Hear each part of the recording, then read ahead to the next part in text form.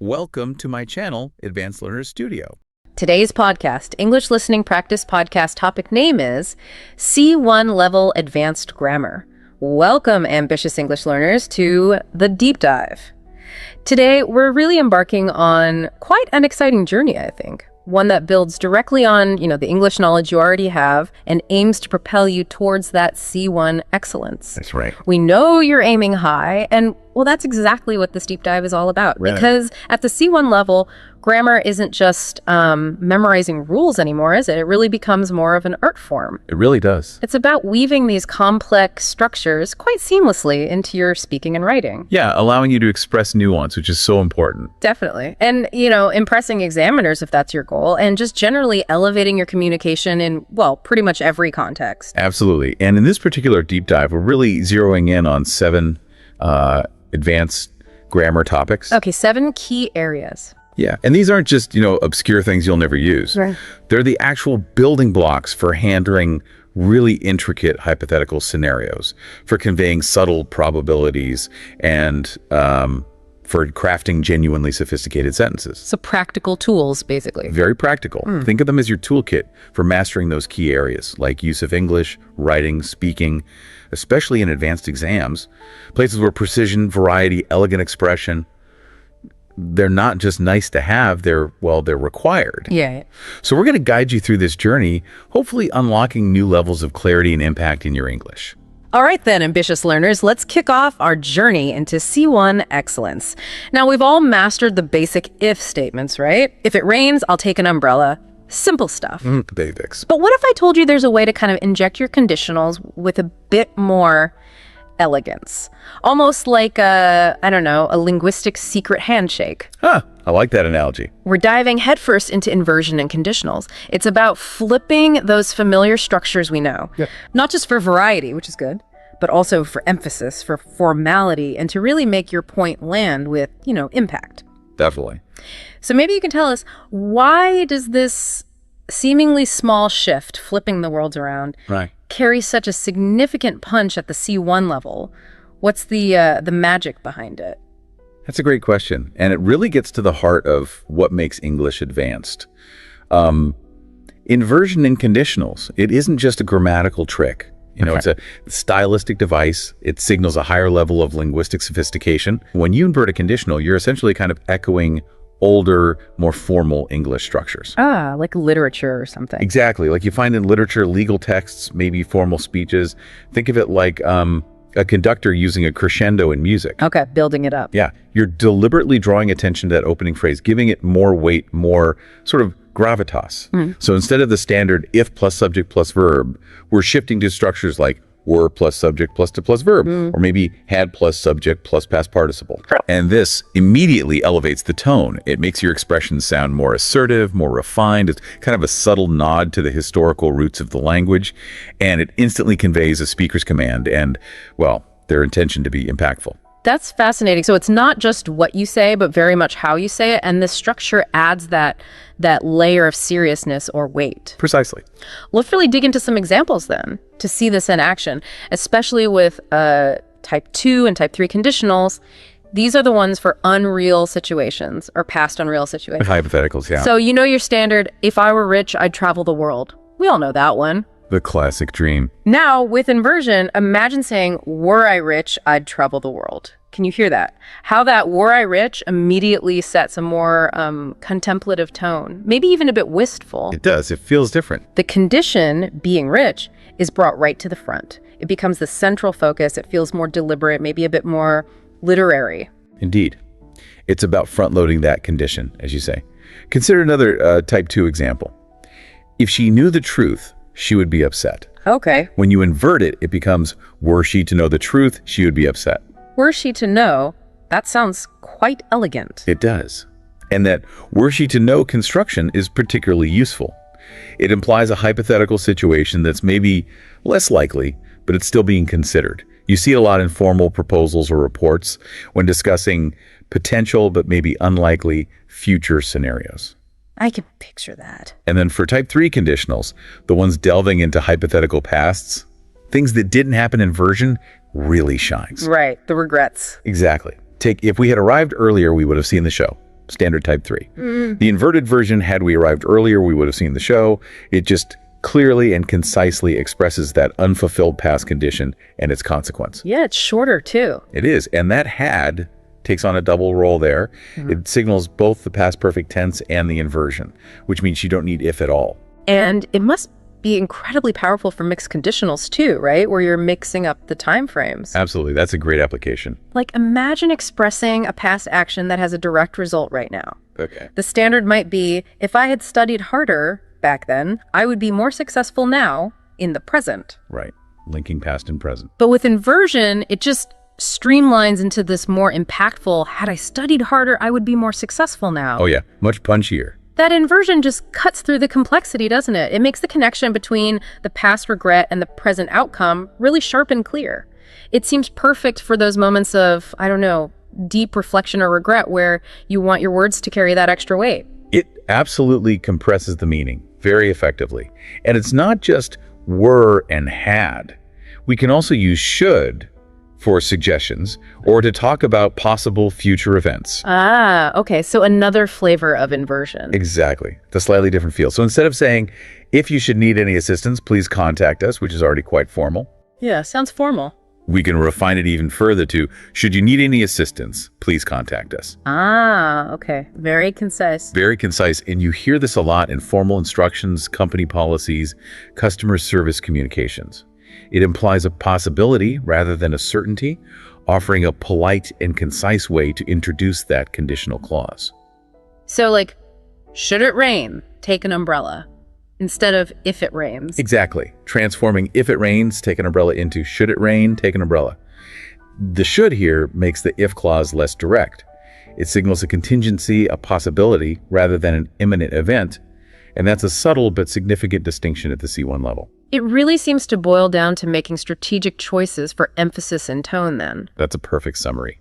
Now, for those listeners aiming for C1 success, what are your top tips for mastering inversion? You know, without sounding like you're reading Shakespeare all the time. Yes, avoiding the Shakespeare effect. A fantastic point. And crucially, what are the common pitfalls, the things we should definitely avoid? Okay, good questions. In your writing, the key is moderation. Use inversion sparingly. Don't overdo it. Exactly.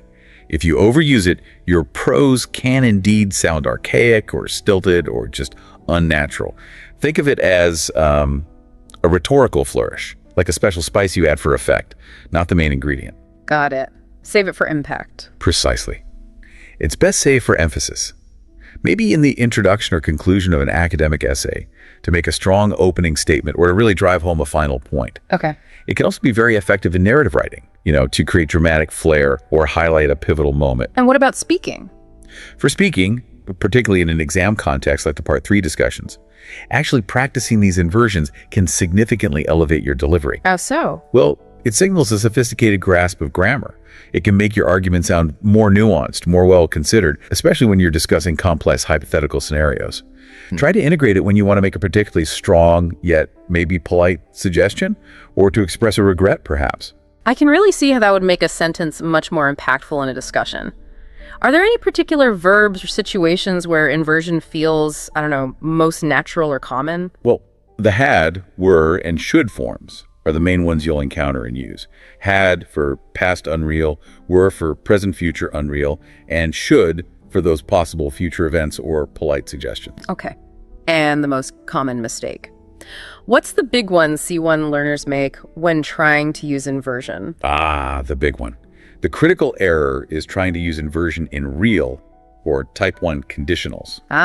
Okay. The everyday if clauses. Exactly. That's a definite no-go. You absolutely would not invert if it rains, we'll stay inside, to should it rain, we'll stay inside if you're talking about a highly probable real future event. That's just wrong. Right, because should implies possibility, not certainty. Precisely. The should inversion is for a possible future event or a polite suggestion or a less certain outcome, not a near certain reality. Stick to the standard if for those everyday type 1 scenarios. Good tip. And on exam day, especially in things like the use of English sentence transformations, be on the lookout for inversion. If you get a sentence that requires you to somehow omit if, but still express a condition, that's often your clue. It's a very common way examiners test your advanced grammar, and mastering it can really give your score a boost. Okay, great advice. So, from flipping phrases for emphasis, let's pivot now to the power of probability. Okay, modals. Yeah, our second deep dive segment explores modals: probability, deduction, and speculation. We're looking at how those modal verbs, must, might, could, can't convey different degrees of certainty, and we're especially focusing on past probabilities. So what's so crucial about understanding these sometimes subtle differences at an advanced level? Why does it matter so much? Well, this is where precision in language really, really shines. It's where you move beyond just stating facts to indicating your level of conviction or maybe your doubt. Okay, showing how sure you are. Exactly. The subtle differences in strength that these modals convey are absolutely crucial for expressing nuanced opinions. Whether you're in a debate, writing a formal report, or, just speculating about why something happened, Right. it's about moving beyond simply stating facts to showing your stance. We're talking about a whole spectrum of certainty, from near impossible to almost definite. And selecting the right modal allows you to position your statement with, exactitude. So it adds nuance, like the difference between he might be angry and he must be angry. Precisely. The first suggests a possibility, maybe one of several. The second implies a logical conclusion based on some evidence. And that level of nuance is absolutely essential for clear C1 communication. Okay, let's illustrate with some key examples then. For high probability or deduction, we use must or must have for those logical conclusions, right? Based on evidence. I did the one. So if your friend isn't answering her phone and you know she's usually glued to it, you might deduce she's not answering, she must be busy. It's a logical assumption based on what you know. Makes sense. Based on the evidence. Now, for expressing impossibility, something that logically just cannot be true, we turn to can't or couldn't have. Right, the opposite end of the spectrum. So if someone tells you a really far-fetched story, you might just exclaim, "That can't be true. It's too ridiculous." Yeah, strong disbelief. Or if you know for a fact someone was fast asleep during an event, you'd say, "He didn't hear us. He couldn't have been asleep." The facts just don't support the alternative. Right, it contradicts the known facts. And then moving down the scale a bit, we get to medium or low probability. Okay, less certain. Yeah. Here, might, may, or may have expressed possibilities, but without that strong logical deduction we saw with must. So, just a chance. Pretty much. If your keys are missing, you might think, the keys are gone. They might have fallen out of my pocket. It's plausible, right? Yeah. One of several possibilities, but definitely not a certainty. For even more remote chances, could or could have are often used. For instance, it could rain later. I'm not sure. This generally signals a lower degree of certainty than might. So, could is even less likely than might, generally. Often, yes. There's overlap, but could often implies a slightly more remote possibility. And a vital point to remember here is the distinction between past and present speculation. Ah, yes, the time frame. Crucial. For past events, you always pair the modal with have plus past participle. Always. Okay. So she might be busy for now, but she might have been busy for yesterday. This structure is absolutely essential for accurate past speculation. It lets you discuss what potentially happened without assorting it as a definite fact. Absolutely. That have plus past participle is a real game changer for talking about the past, isn't it? It lets us sort of ghost actions into the past using our present modals. That's a good way to put it. Now, for some tips for C1 success and common pitfalls with modals. In your writing, especially essays, using modals effectively lets you speculate on causes and effects without sounding, too absolute or dogmatic. Yes, it shows caution, critical thinking. Exactly. Instead of stating flatly, the policy caused the economy to suffer, which is a very strong factual claim. Maybe too strong if you're not 100% sure. Right.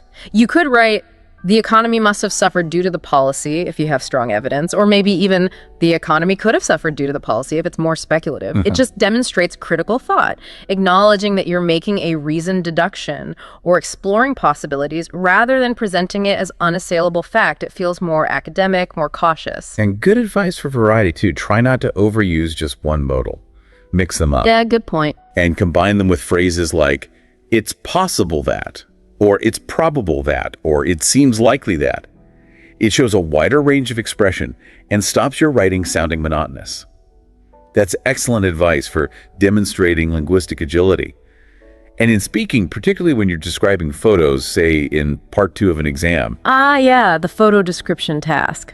modals are your best friend there.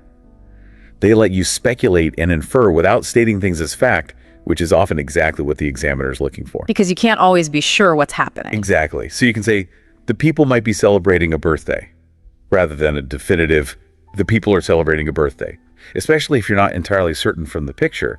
It shows you're observing and interpreting, not just labeling. Smart.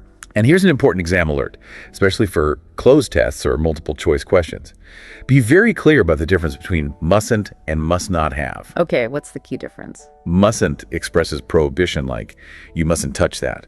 It's about rules or strong advice against doing something. Right? Don't do it. Whereas must not have expresses past deduction, implying impossibility or strong doubt about a past event, like they must not have received the message because they didn't reply. You're deducing something didn't happen. I see. Prohibition versus past impossibility. Exactly. Confusing those two can easily lead to errors, so pay really careful attention to the context and whether you're talking about a rule or a deduction about the past. Okay, that's super clear. Let's dive into our third segment, participle clauses. Streamlining sentences. Yes, this is where we learn to make sentences flow better using those edging forms, present active or ed forms, past, the participles. Mastering these can make your writing much more concise, sophisticated, and just, well, fluid. It helps eliminate unnecessary words. So how do these mini subordinates, as you called them earlier, actually transform our writing? They're incredibly efficient. Just like you said, think of them as linguistic compression tools. Seriously. Compressing meaning. Yeah, they allow you to convey reasons or times or results without needing a full, sometimes cumbersome clause, one with an explicit subject and a finite verb. Right, cuts down on words like because or who was. Exactly. This makes your sentences denser with meaning, more elegant, and frankly, more mature. It's a real hallmark of advanced language use, showing you can condense information without losing any clarity. For example, instead of saying, because I was tired, I went home, you can just say, feeling tired, I went home. Much smoother. It's direct, smooth, and avoids repeating I. That's a great example of cutting the clutter. Let's see how this works with a few more examples. For the present participle, we're talking about active actions or simultaneous actions or reasons, right? That's it. Active voice, usually happening at the same time as the main verb, or explaining the reason for it. So like the example, because she was tired, she went home early, becoming feeling tired, she went home early. The ing form clearly shows the cause there. Yeah. Another example, seeing the dog, she screamed. The two actions, seeing and screaming, happen almost together, with one prompting the other. Instant reaction. Very useful in descriptive writing to convey that immediacy or concurrent events. You might also hear, whistling a tune, he strolled down the street. Yeah. Two actions happening simultaneously, linked by the participle. Then you have the past participle, es, which we typically use for passive states or actions completed before the main verb, often describing the subject. Okay, passive meaning. Right. So rather than writing, the book was written by a famous author, and it is a bestseller, you can condense it beautifully to, written by a famous author, the book is a bestseller. Nice. The written by clause succinctly describes the book's origin, indicating that passive relationship. Similarly, the house was built in 1900, and it is historic, becomes simply built in 1900, the house is historic. It really tightens up the sentence structure. And you have to remember the irregular verbs here, right? Using the third form. Absolutely, like broken, chosen, spoken, taken. And for actions that were completed before the main action of the sentence, we use the perfect participle forms. Ah, the having done structure. Exactly. Having plus past participle. Instead of after he ate, he felt full, you get the concise having eaten, he felt full, or having finished his work, he left the office. It clearly establishes the sequence first finishing, then leaving, without needing two separate clauses joined by after. It really is all about elegance and efficiency, isn't it? It truly is. And when using these, you mentioned paying attention to their position and the use of commas. Where do they usually go? Typically, they're found at the beginning or sometimes at the end of a sentence. And you'll generally use commas when the participle clause provides non-essential or additional information. The comma helps to separate it clearly from the main clause. Okay. And you had a great illustrative example. Exhausted from the hike and covered in mud, they collapsed on the sofa. Yes, that one packs in a lot of description very concisely. You get the cause, exhausted, covered, and the result, collapsed, all in one smooth sentence. It paints a really vivid picture without unnecessary words like because they were or and they were. Now for some tips for C1 success here. In your writing, especially essays or reports, I highly recommend using participle clauses to shorten those potentially long, complex sentences. Great idea. Maybe aim for one well-placed participle clause per paragraph, perhaps. It shows your control and range, adds a sophisticated rhythm to your prose, and demonstrates you can manipulate sentence structure effectively. But there's a big danger zone, right? The dangling modifier. Yes. The critical error to absolutely avoid. The dangling modifier.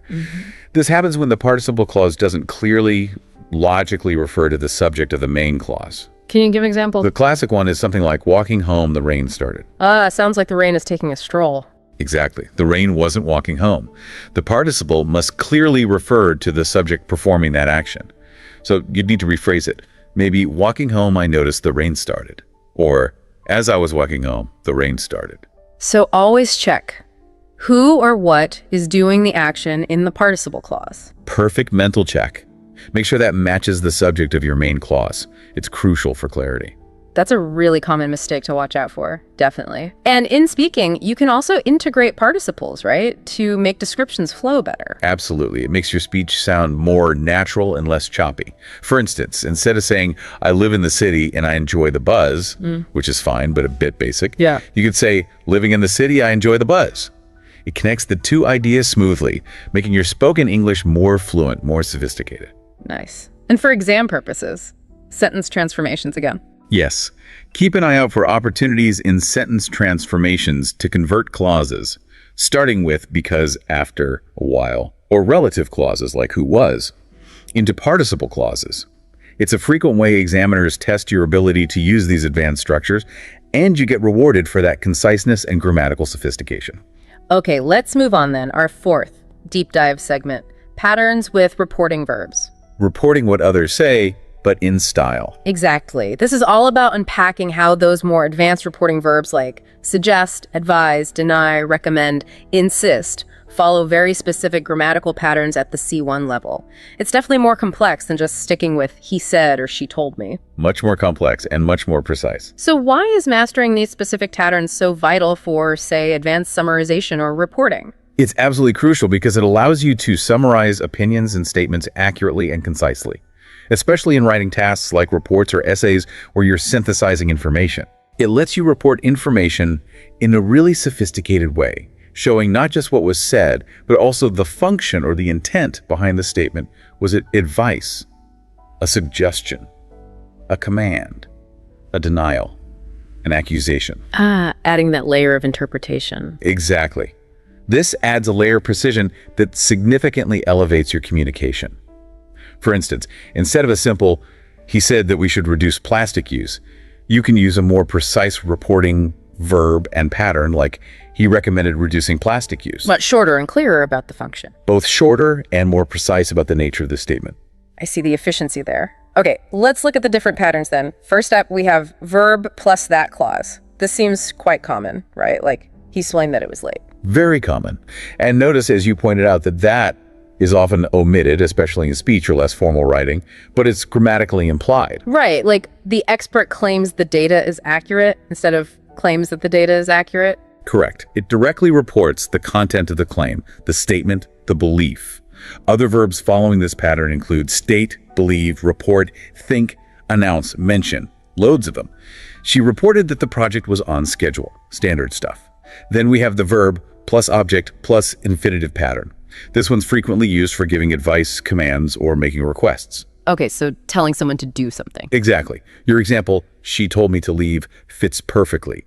The verb told is followed by the object me and then the infinitive to leave. Clear structure. Very clear. Another one, my boss advised us to work harder. Here, advise takes us as the object and to work harder as the infinitive. It's a very direct way to convey an instruction or a recommendation. What other verbs fit here? Ask, warn. Yes, ask, order, warn, encourage, persuade, remind, invite. Many useful ones. Imagine they encouraged us to pursue our dreams. Okay, and then a different pattern is verb plus gerund. This is for verbs like admit, deny, suggest, right? That's right. Where the action being reported is expressed as a gerund, young king form, directly after the reporting verb. So he admitted stealing the money. The action stealing is the gerund. Precisely. Or, They denied knowing about the plan. The knowing is the gerund. It's a very concise way to report an admission, a denial, a suggestion, and so on. What others follow this? Consider, regret. Yep, consider, imagine. Regret, postpone, finish, miss, practice, recommend sometimes. She suggested visiting the museum. And slightly different again, we also have the verb plus preposition plus gerund pattern. Ah, so a preposition gets involved now. Yes, this happens with verbs that naturally take a specific preposition before the gerund object. A really good example is, she apologized for being late. The for is essential there. You can't just say she apologized being late. Oh, I need the for. Need the for. Another common one, she accused him of lying. The of is integral to the structure with accuse. Okay, what others insist on, dream of? Exactly. Insist on, dream of, approve of, disapprove of, think about of, succeed in, look forward to. For instance, he insisted on paying for dinner. And you mentioned sometimes there are variations, where one verb can use multiple patterns. Yes, that can be tricky. Some verbs, like insist or suggest or remember, can actually take multiple patterns, depending on the nuance. Like your insist example. Right. You can say, he insisted on paying the bill, using on plus gerund, but you could also say, she insisted that I stay, using that clause, often with a subjunctive mood, stay, not stays or stayed, in formal contexts. Recognizing these variations is definitely a mark of advanced understanding and gives you greater flexibility. Those variations certainly add a layer of complexity to remember. Okay, so for tips for C1 success, how can learners manage all these patterns? Well, I'd really recommend organizing your learning by grouping verbs according to the patterns they follow. Make lists, basically. Yeah, make lists. Verbs that take object plus infinitive, advise, tell, ask, etc. Verbs that take a gerund, admit, deny, suggest. Verbs that need a specific preposition plus gerund, apologize for, insist on. This kind of active memorization, maybe using flashcards, will make it much easier to recall them correctly under pressure. Good strategy. And in writing, how best to use them? In your writing, particularly reports and essays, use these structures to paraphrase effectively and concisely. Instead of long-winded explanations of what someone said or recommended, you can state, experts recommend reducing plastic use, or the report suggested implementing new measures. It's concise, it sounds authoritative, and it demonstrates your control over academic English. It adds that gravitas without being overly wordy. And in speaking, especially during those Part 3 discussions and exams, these patterns are invaluable for reporting others' views or summarizing points concisely and accurately. For example, you could say, she suggested going by train, rather than a more clunky phrasing like, she suggested that we should go by train. Sounds much more natural. Much more natural and fluent. And frankly, it saves you precious time in a timed speaking test. Now, a major pitfall, a really big one to warn against, is mixing up the patterns. Like using the wrong structure after a verb. Exactly. For instance, saying, he suggested me to go is incorrect. Takes a gerund, suggested going, or that clause suggested that I go, but not an object plus infinitive in that direct way. Oh, okay. That's a really common error, isn't it? Very common. So be mindful of the precise verb complementation, what structure correctly follows each reporting verb. In exams, these patterns frequently pop up in open-close exercises or sentence transformations, where the surrounding context often provides strong clues for the correct grammatical structure needed. Okay, fantastic. Let's delve into our fifth deep dive segment, unreal time. This sounds intriguing. It is. It's a fascinating area. This is where we use past tenses to talk about present or future situations that are hypothetical, not real. Right, or impossible. And it also involves mixed structures for all sorts of non-factual scenarios, things like regrets, preferences, and even the subjunctive mood we touched on. So why is this concept of unreal time so vital for expressing these complex, non-factual situations with real precision? Well, it's genuinely important because it allows you to basically enter a world of what-ifs, desires, and alternative realities using your language. Beyond just facts. Exactly. Without it, your ability to express nuanced thoughts about things that aren't actually happening or didn't happen would be pretty severely limited.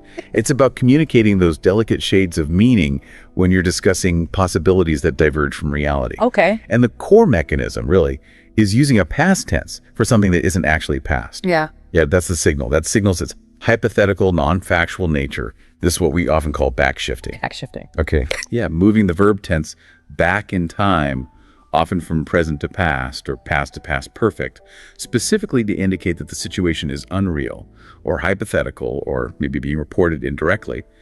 It's a fundamental mechanism for expressing complex ideas that aren't grounded in current fact. That explanation of backshifting really clarifies it. Okay, let's break down some examples, starting with the classics. Wishes and if only. These are prime examples of unreal time, right? Absolutely textbook examples. So for a present unreal situation, something you wish were different right now, we use the past simple. Correct. So if it's cloudy and you desperately want sunshine, you'd say, I wish it were sunny. And you mentioned using were even for it, which is the formal subjunctive mood. That's the traditional subjunctive, yes. Though you'll often hear, I wish it was sunny in informal speech nowadays, were is still preferred in formal contexts and exams for singular subjects like he, she, it. Okay, good to know. And if you don't have money? You'd say, I wish I had money, using the past simple had to express a wish about your current reality. Right. And for past unreal situations, basically, regrets about things that didn't happen or happened differently. For those, we use the past perfect, the had done form. So if you didn't call someone and you regret it now, you'd say, I wish I had called her. Exactly. I wish I had called. If only I had known. This expresses regret about a past action or inaction that simply cannot be changed now. It's a really powerful way to convey remorse or a longing for a different past outcome. Another common structure that demonstrates this unreal time is it's time or it's high time. Ah, yes, these feel quite urgent. They do, and they use the past simple to convey that present urgency. They imply that something should have happened already or really needs to happen now. So if I think we really should leave now, I could say. You could phrase it more emphatically as it's time we left. Using the past tense left indicates that this action is urgent and should be happening now or is even slightly overdue. Okay, and it's high time is even stronger. Generally, yes. It's high time we address this issue. Implies that action is seriously overdue, and the speaker probably feels a sense of impatience or a strong necessity. Got it. Then we have would rather for preferences. How does that work with unreal time? Okay, would rather has a couple of patterns. For a present preference about your own actions, you just use would rather plus base infinitive. Simple. I prefer tea to coffee becomes I'd rather have tea. Straightforward. But if you're expressing a preference about someone else's actions, now or in the future, you use would rather plus subject plus past simple. Ah, okay. So if I don't want someone to tell anyone, You'd say, I'd rather you didn't tell anyone. Huh. See, the past simple didn't tell. That signals the preference about someone else's action, making it slightly hypothetical or indirect. This subtle shift is crucial for expressing preferences involving other people correctly. right, that distinction is key. And then there's the subjunctive mood again, which, as you mentioned, pops up in more formal contexts. Yes, it's less common in everyday speech, but important in formal writing and specific structures. And the rule here is to use the base form of the verb, right? Regardless of the subject. That's the one. Use the base form, the infinitive, without to express a recommendation, demand, requirement, or suggestion, often after specific verbs or phrases. So like your example, the committee recommends that she be promoted. It's be, not is or was. Correct. Or I suggest that he go, not he goes. This base form signals that it's a recommendation, a demand, or a suggestion. It often follows verbs like recommend, suggest, insist, demand, request, or in clauses introduced by phrases like it is essential that, it is vital that, it is important that. Adds a very formal, almost official tone. It does. Common in legal documents, meeting minutes, official proposals. Another example, it is vital that all members attend the meeting. Base form, attend. Now, for tips for C1 success with all this unreal time stuff, in your writing, especially in reflective essays or opinion pieces, using these structures can add significant depth and, as you said, a touch of gravitas. Makes it sound more considered. Definitely. Imagine writing, if only I had listened more carefully, perhaps things would be different now. This shows introspection and a strong command of expressing hypothetical pasts and their present consequences, moving way beyond simple statements of regret. And you stressed consistency earlier. Absolutely crucial. Consistency in backshifting is paramount. You have to avoid those common errors like, I wish I will go, or I wish I can go. So what should you say for a future wish? When expressing a wish about the future, you still use a past form, typically would or could, or sometimes the past continuous. Like, I wish I could go to the party next week, or I wish it would stop raining, or even, I wish I were going on holiday soon. You never use a future tense like will with wish. The backshift is consistent to maintain that hypothetical or unreal nature. Getting this consistency right is a real hallmark of C1 accuracy. That's a super important point about consistency, and yeah, I wish I will, is a very common error I hear. Good to clarify. And in speaking, say in part 1 of an exam. Yeah, even in part 1, using unreal time to express regrets or wishes can add more depth and sophistication to your responses. Instead of a simple, "I'm sorry I didn't study," you could elevate it by saying, "Oh, I really wish I had studied harder for that." Shows more reflection and range. Exactly. It elevates your answer, showing deeper reflection and a broader grammatical range right from the start. And for exam relevance overall, these structures frequently appear in sentence transformations, words like wish, if only it's time, or would rather, are often key triggers, signaling that you need to apply an unreal time structure, complete with the correct backshifting. Okay, moving on to our 6th deep dive segment. This one is all about possession and noun modifiers. Getting creative with ownership and description. Exactly. Moving beyond the simple apostrophes to explore more complex, more nuanced ways of showing ownership and description. We're talking about using of, different types of genitives, and those useful noun modifiers. So how do these diverse structures actually offer more concise or more advanced phrasing compared to just using is all the time? Well, it's fascinating how they do offer more concise and advanced phrasing, particularly for descriptions. It's not just about grammatical correctness, though that's important too. It's often about stylistic choice and efficiency. Okay. By mastering these different ways, you can convey information about ownership or characteristics in a much more sophisticated and often briefer manner than just relying solely on the apostrophe. It demonstrates a really nuanced understanding of how English builds relationships between nouns. Think about the elegance of the beauty of nature versus, say, the slightly clunkier nature's beauty in certain formal contexts. It just feels different. Let's break down those distinctions then, because they seem important for tone and context. We all know the basic I's for possession, typically used for people and some animals, right? John's book, The Dog's Tale. That's the standard, most common form for animate possessors, yeah. But for inanimate objects, or maybe more formal and abstract concepts, we tend to favor using of. Generally, yes. So instead of the book's cover, which can sound a little awkward for an object, you'd more naturally say the cover of the book. Okay. Similarly, as we said, you'd probably refer to the beauty of nature rather than nature's beauty in many formal or descriptive contexts. It often has a touch more formality or emphasizes the quality itself.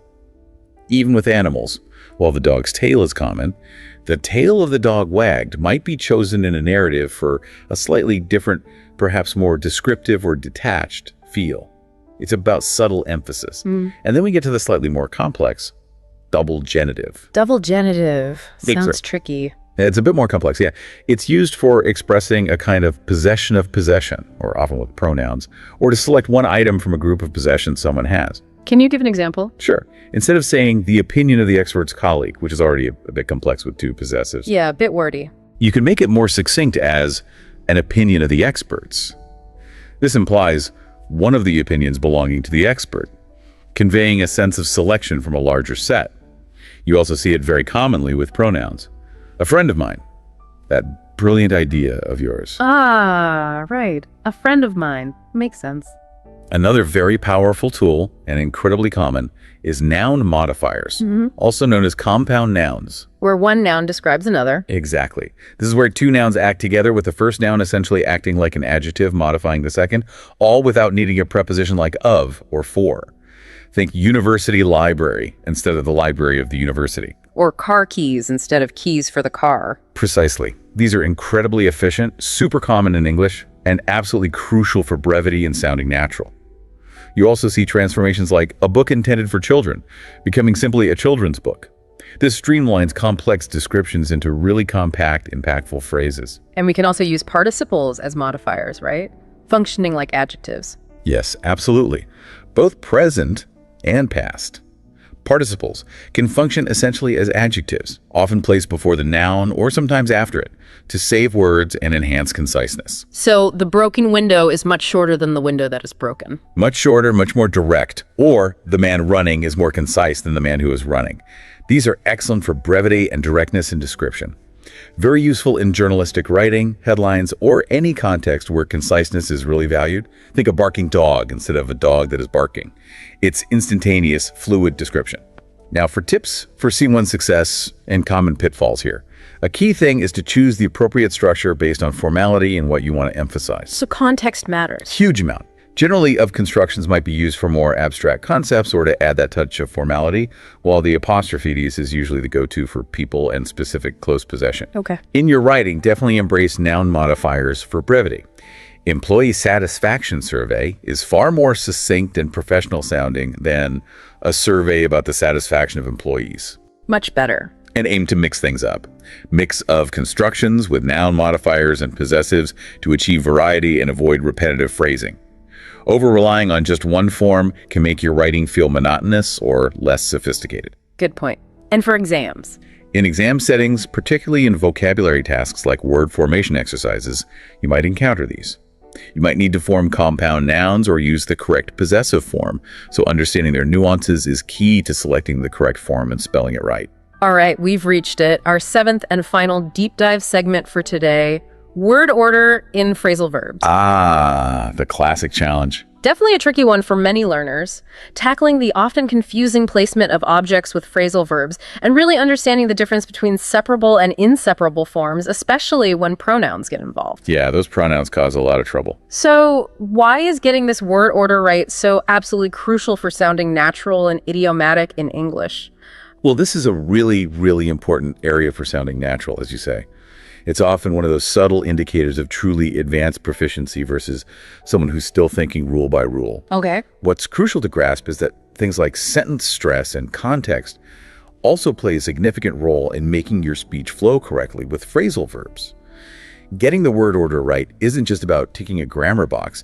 It's fundamentally about sounding like a fluent, natural speaker. Because incorrect placement just sounds wrong. It sounds awkward, yeah. Yeah. Unnatural, sometimes even nonsensical. So precision here truly matters for seamless communication.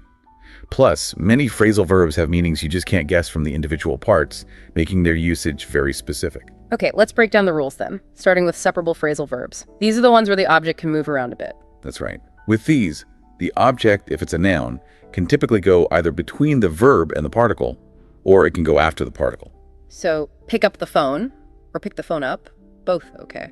Both are grammatically correct and common when the object is a full noun phrase like the phone, or the book, or your coat. But there's a catch with pronouns. There is indeed. The crucial rule, the golden rule really, is this.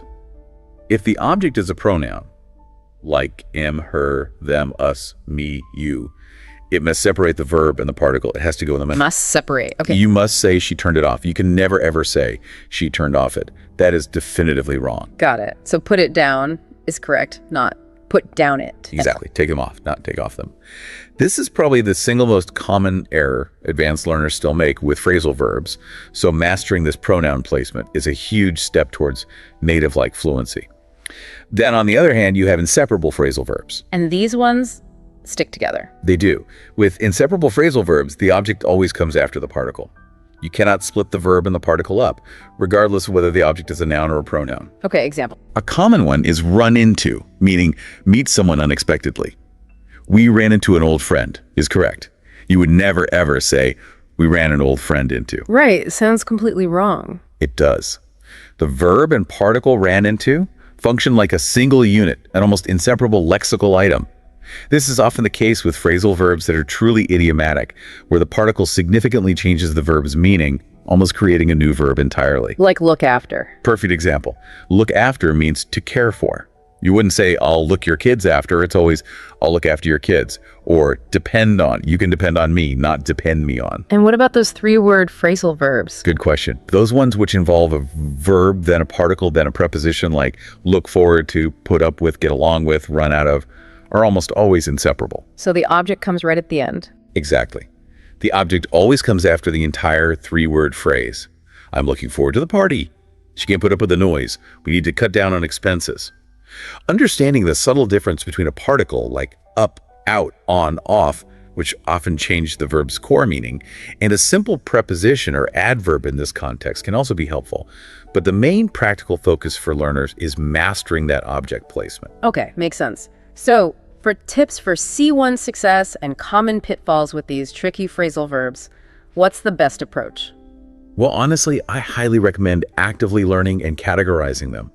Create and learn lists of common separable phrasal verbs and common inseparable ones. So group them again. Yeah, group them. For separable, think turn off, give up, take off, put on, fill out, pick up. For inseparable, think look after, depend on, run into, come across, get over. Learning them in these groups will help them stick. Making flashcards or practicing writing your own sentences with them is also really effective. And in speaking, why is it so crucial there? In speaking, getting the word order right is just paramount for sounding natural. Incorrect word order with phrasal verbs is often a dead giveaway that someone isn't fully comfortable with the idiomatic flow of English. It can make your speech sound quite awkward, even jarring, and it can genuinely trip up native listeners if the object is misplaced, especially with pronouns.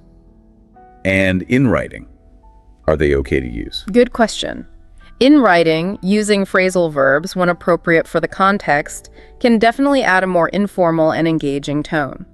Particularly useful in narratives, emails, or maybe less formal reports. Right. For example, he gave up smoking easily sounds much more natural and conversational in many contexts than, say, he ceased smoking with ease. However, you do need to choose your phrasal verbs carefully in very formal academic writing, as some might be considered too informal for that context. Good point. Context is key. And for exams, where do they pop up? Again, they frequently appear in gaffed sentences or multiple choice questions, especially in use of English sections.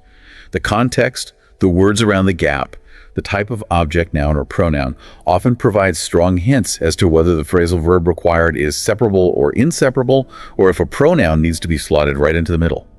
Your ability to correctly navigate these phrasal verb patterns will truly make your English shine and show real C1 mastery. Wow. Okay, what a journey that was. If you've stuck with us, you've just powered through 7 quite advanced grammar structures, all designed to make your C1 English, whether spoken or written, more polished, more persuasive, and just infinitely more nuanced. Yeah, it was a lot to cover. It really was. And this level of detail and control, using these structures effectively, is what truly sets proficient speakers and writers apart. So really, acknowledge the effort you've put into just listening and absorbing all this. It's a significant step in your language mastery. You're not just learning rules here, you're really learning the art of expression. Absolutely. And, the crucial next step is continuous practice. Don't be afraid to maybe revisit any points that felt challenging. And probably the most effective way to really integrate these skills is to consciously try to incorporate maybe one new topic or structure daily into your language use. Like make it a specific goal. Exactly. Try journaling for 5 minutes using inverted conditionals, or spend a day consciously speculating about things using different past modals in your thoughts and conversations. It's that consistency that is the absolute key to C1 triumph and to truly making these sophisticated structures feel like your own. So it becomes natural. Precisely. This isn't just about knowing the rules exist. It's about being able to use them effortlessly and intuitively, making them a natural part of your linguistic toolkit. Welcome to the Deep Dive. We know you're pushing beyond that B2 level, really aiming for C1 excellence in English. And today, we're not just going through grammar rules from a textbook. We want to build your advanced toolkit. That's such a crucial point because at C1, grammar isn't just, ticking boxes. It becomes an art form, really. An art form? How so? Well, it's about weaving these sometimes complex structures into your speech and writing smoothly, naturally, to show nuance, sophistication. You're moving from just getting your point across to communicating. Well, strategically. I like that. So our mission today is to tackle 7 key areas. Think of them as 7 strategic tools. Exactly. These structures are going to help you handle complex what-if scenarios, show subtle degrees of certainty, and just craft sentences that sound more polished, more professional. And that polish, that control, it's what really separates a functional speaker from someone operating confidently at C1. It shows precision, elegance, essential stuff for advanced exams or even, high-stakes professional situations. Okay, let's grab our first tool then. Conditionals. We all know if clauses, but for C1, there's this rhetorical device. Inversion in conditionals. Right, inversion. It's basically flipping the structure. Flipping it. Yeah, instead of starting with if. And doing this adds emphasis, it adds formality, a bit of weight. It signals a higher level of fluency because you're manipulating the structure deliberately. Okay, but why does flipping it sound more advanced? Is it just because it's less common? Partly, yeah. But it's also strategic. When you invert, like saying, were I rich, instead of if I were rich, you're front-loading the condition concisely. Oh, It lets the listener focus immediately on the consequence, the main idea. It has echoes of, formal writing, legal texts maybe, gives it a bit of authority. got it. So let's take type 2, the unreal present. Instead of, if I were rich, I'd travel the world. You invert it to, were I rich, I'd travel the world. See, it feels a bit more contemplative maybe, sets a slightly different tone. Okay, yeah, I hear that. And for type 3, past regrets. Those sentences can get long. They can. And inversion really tightens them up. So if we had arrived earlier, we would have seen the show. Becomes, had we arrived earlier, we would have seen the show. Exactly. And notice the if just disappears completely. It's shorter, punchier. Right. And we see this with shoulds too, don't we? For like possible future things, often in formal settings. Absolutely. Like in instructions or policies, instead of, if you should need any assistance, you'll often see, should you need any assistance, please contact us. It flags the possibility politely and efficiently.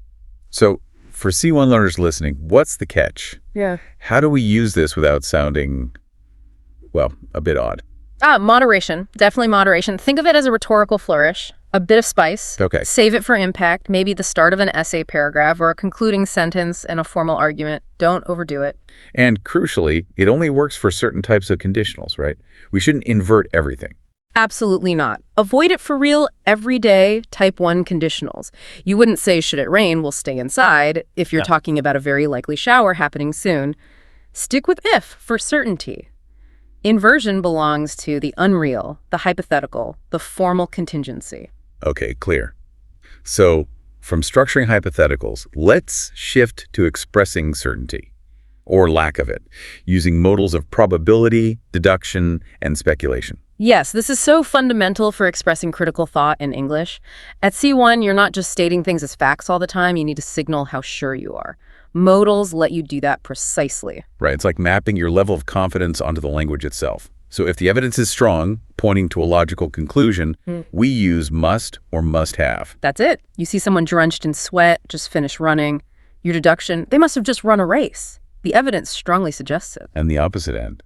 When something seems impossible based on what you know, Then you use can't or couldn't have. If someone tells you they flew to the moon yesterday, you'd say, that can't be true. And for past impossibility. He couldn't have stolen the bike. He was with me all afternoon. okay? And then there's the middle ground, which feels quite nuanced. Might, may, could. That's where you signal possibility, but not certainty. Might and may are often quite similar, suggesting something is plausible. Could sometimes hints at a slightly lower probability, perhaps. And the golden rule for speculating about the past. This trips people up. Always. Always pair the modal with have plus past participle. Always. So not, he might arrive late yesterday? No, it has to be. He might have arrived late yesterday, or my keys aren't here. They could have fallen out of my pocket. And strategically, in C1 writing, like essays, how does using these help? It stops you sounding too assertive, too dogmatic. Instead of saying pollution caused the problem, which might be too strong, you could write pollution may have contributed to the problem, or the results might suggest a link. It shows you're considering possibilities, thinking critically. Good point. Okay, one quick clarification needed here, the classic confusion. Yeah. Mustn't versus must not have. Yes. Crucial difference. Mustn't is about prohibition. A rule. You mustn't touch that. Full stop. Right. But must not have is a past deduction, meaning you're concluding something was impossible or didn't happen. The package hasn't arrived. They must not have sent it yet. One's a command. The other is a logical conclusion about the past. Completely different jobs. Right. Got it. Okay, moving on. We've talked about meaning. Now let's talk about structure and efficiency. Participle clauses. I kind of think of these as linguistic compression tools. That's a great way to put it. They absolutely are. Yeah. If you want smoother sentences, more concise writing, and to get rid of unnecessary words like because, who was, while he was, participle clauses are fantastic, a real hallmark of advanced style. Okay, let's break down the types. First, the present participle, the ing form. What's its job? It usually shows actions happening at the same time as the main verb, or gives a reason for the main action. So instead of, because I felt tired, I went home, you get... Feeling tired, I went home. Yeah. Much shorter. Exactly. Or for simultaneous action. He walked down the street, and he was whistling a tune. becomes whistling a tune, he walked down the street. Nice. Okay, then the past participle, the ed, or irregular third form, that's usually passive, right? Generally, yes. It often describes a state resulting from a previous action or something that was done to the noun. For example, written by a famous author, the book became a bestseller. It concisely tells us about the book's origin. And third type, the perfect participle, having plus V3. This one's great for showing sequence. It makes it crystal clear that one action was completed before the main action started. So, after he had eaten, he felt full. Becomes Having eaten, he felt full. very neat. Very neat, very sophisticated, establishes the timeline perfectly. They really do make writing flow better. But there's a big potential pitfall here, isn't there? The infamous... The dangling modifier, yes. This is where the participle clause doesn't logically connect to the subject of the main clause. It leads to some funny sentences. Like the classic walking home, the rain started. Exactly, which sounds like the rain was taking a stroll. The rule is, the implied subject of the participle clause must be the same as the subject of the main clause. So you need to fix it to something like, walking home, I got caught in the rain. Or, as I was walking home, the rain started. Precisely. Always double check. Who or what is doing the action in the participle phrase? Does it match the main subject? Critical check. Okay, we know how to compress sentences. Now let's make sure the compression still captures the original intent accurately. This leads us to patterns with reporting verbs. Yes. Moving beyond just he said, she said is vital at C1. Verbs like suggest, advise, deny, insist, apologize, they don't just report speech, they report the function of the speech. Was it advice, a denial, an apology? And they follow specific grammatical patterns. You can't just mix and match. Absolutely not. The pattern often signals the intent. For instance, verbs of advising or commanding often use the verb plus object plus infinitive structure. So not, my boss suggested me to go. Right. You'd say, my boss advised me to go, or she encouraged us to apply. Object first, then the infinitive. Okay. What about verbs like admit or deny? Confessing or refusing? Those often take the verb plus gerund pattern directly after the verb. He admitted taking the money, or they denied being involved. You need to learn which verbs take which pattern. And then there are the ones that need a preposition, right? Like verb plus preposition plus gerund. Think apologize for, insist on, accuse of. The preposition is glued to the verb. He apologized for arriving late. She insisted on paying. You have to learn them as a chunk. This seems like a lot to memorize. What's a good strategy for learners? Don't just learn lists alphabetically. Group them by function or pattern, like put all the verb plus object plus infinitive verbs together. Advise, ask, tell, warn. Put the verb plus gerund ones together, admit, deny, suggest, recommend. Learning them in these structural families helps it stick. Good tip. Yeah. Okay, let's switch gears again. We're moving into the world of what-ifs, hypotheticals, regrets, talking about unreal time and the concept of backshifting.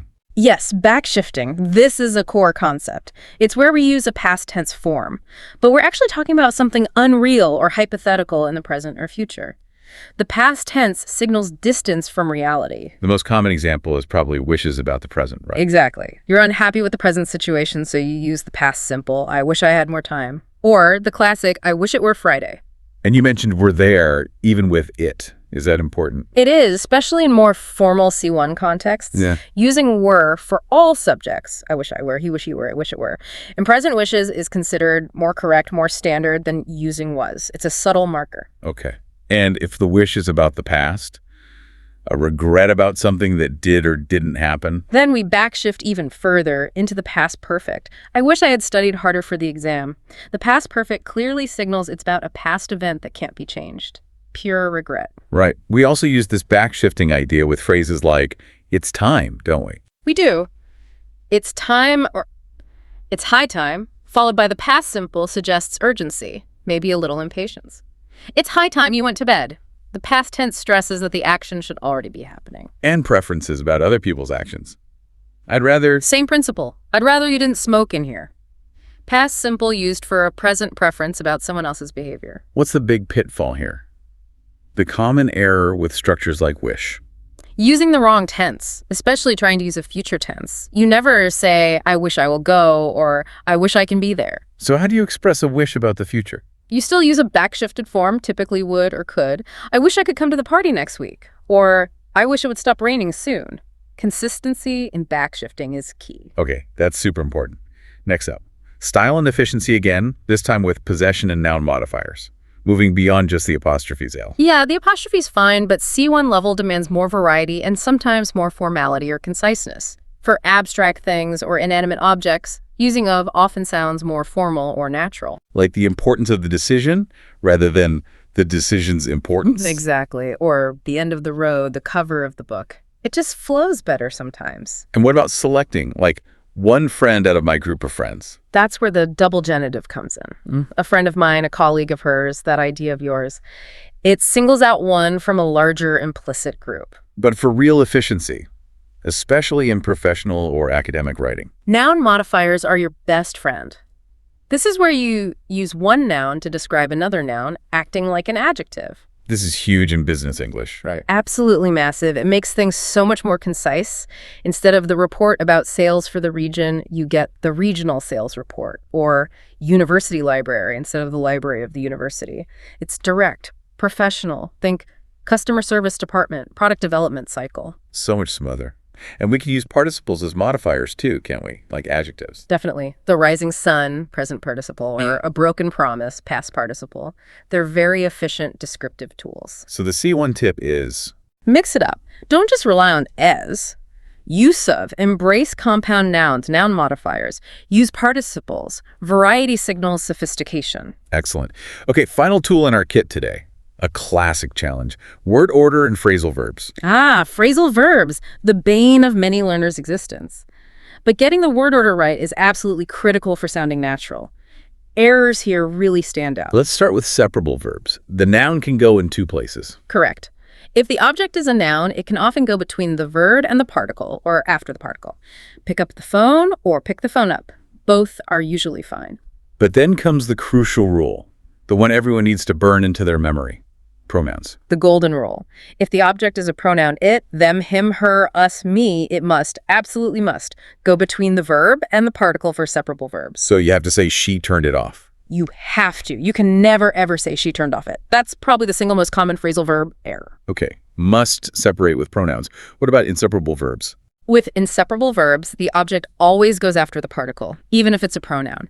Think of verbs like look after, run into, get over. So I'll look after your cat, and I'll look after it. That still comes after. Precisely. You wouldn't say I'll look it after. And those three-word phrasal verbs like look forward to, put up with, get away with. Almost always inseparable. The object follows the final preposition. We have to put up with the noise. We have to put up with it. Right. The key C1 strategy here is active learning. When you learn a new phrasal verb, consciously check, is it separable or inseparable? Make lists. Practice with pronouns. That active categorization is vital. Wow, that was quite a journey through some really intricate parts of English grammar. We've covered inversion, modals, participles, reporting verbs, unreal time, possession, and phrasal verbs. These are structures designed for impact. Definitely. They're about making your English not just understandable, but polished, persuasive, nuanced. Mastering these really shows you've reached an advanced level of control. You've taken a big step just by understanding these structures. But the crucial next step, as always, is practice. Active practice. Couldn't agree more. Don't just file this information away. Try to consciously use one of these structures tomorrow. Maybe write a journal entry using wish plus the past perfect. Or try an inverted conditional in an email. Make it a habit. Build that muscle memory. Exactly. The goal is to make these advanced forms feel natural, almost intuitive over time, moving from conscious effort to subconscious skill. So, thinking about everything we've unpacked today, all these powerful ways to shape your message, here's the final thought for you to take away. Which one of these 7 structures feels like it could make the biggest difference to your English right now? Which one will you actively try to use next? And how do you think it might transform the way you express yourself? Keep experimenting, keep practicing, and keep diving deep.